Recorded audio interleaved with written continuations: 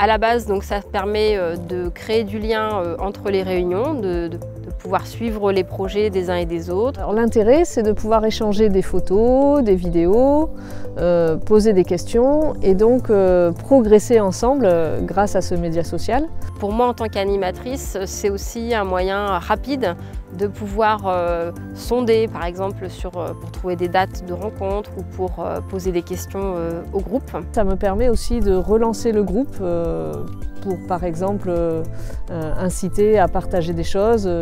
Et puis, au niveau du groupe, en complément du présentiel, ça permet de garder le lien, d'avoir un fil conducteur. Dernièrement, une visite qui n'a pas pu être faite, j'ai fait une vidéo et on a partagé les résultats de cette plateforme via ce réseau. Ça permet aussi que certains se réassurent quand ils ont une question. Au lieu de passer un coup de téléphone, des fois on n'ose pas ou on ne prend pas le temps, et bien là, dans les temps morts, à la traite, dans le tracteur, et bien on peut poser la question et on sait qu'on va avoir une ou plein de réponses sur le fil de discussion. Ça a servi, comme ils l'ont appelé, leur OAD, parce que c'est un terme qu'on utilise de plus en plus. OAD, ça veut dire outil d'aide à la décision, et WhatsApp, c'est leur outil d'aide à la décision. Et plus ils évoluent dans l'usage de l'outil, là, au bout de 5 ans, ils vont de plus en plus dans le partage d'expériences et d'expériences positives.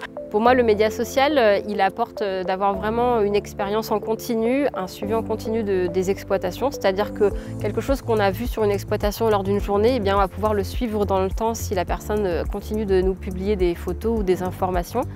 Des photos pour décrire des adventices qu'ils ont vus pour savoir c'est quoi. Une maladie, qu'est-ce que c'est?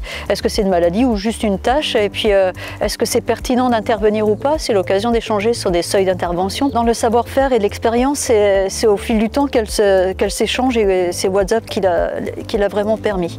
Et ça a donné aussi envie à des personnes qui n'avaient pas testé de mettre en place les mêmes pratiques chez eux parce qu'ils avaient vu au jour le jour presque les réalisations se faire chez les autres.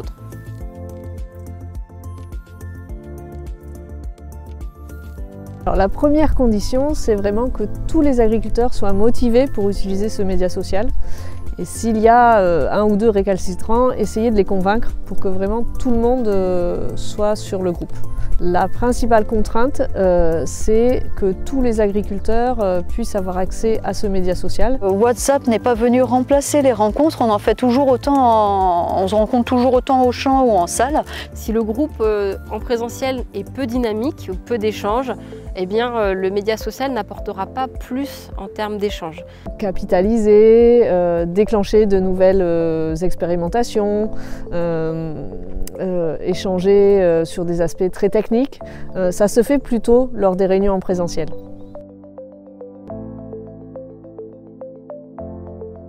Toutes les personnes ne sont pas forcément à l'aise avec leur téléphone, leur smartphone.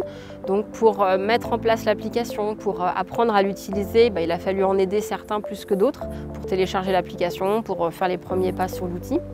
Et puis on a des agriculteurs qui ne sont pas équipés de smartphone ou qui sont équipés de smartphone mais qui ne veulent pas mettre en place le média social et auquel cas il faut veiller à ce que ces agriculteurs ne se sentent pas exclus des échanges. C'est de pouvoir y consacrer un petit peu de temps en tant qu'animatrice ou alors de pouvoir déléguer ce temps à un agriculteur qui anime le média social.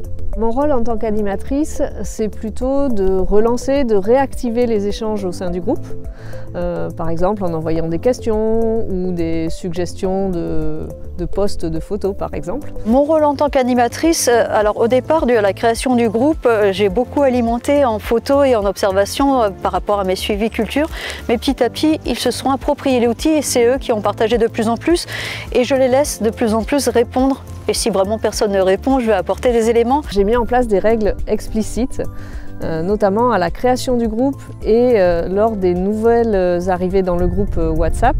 C'était un petit mot qui introduisait en disant bonjour, bienvenue sur le groupe WhatsApp, vous pouvez ici échanger vos photos, vos expériences, vos retours positifs ou au contraire vos questions.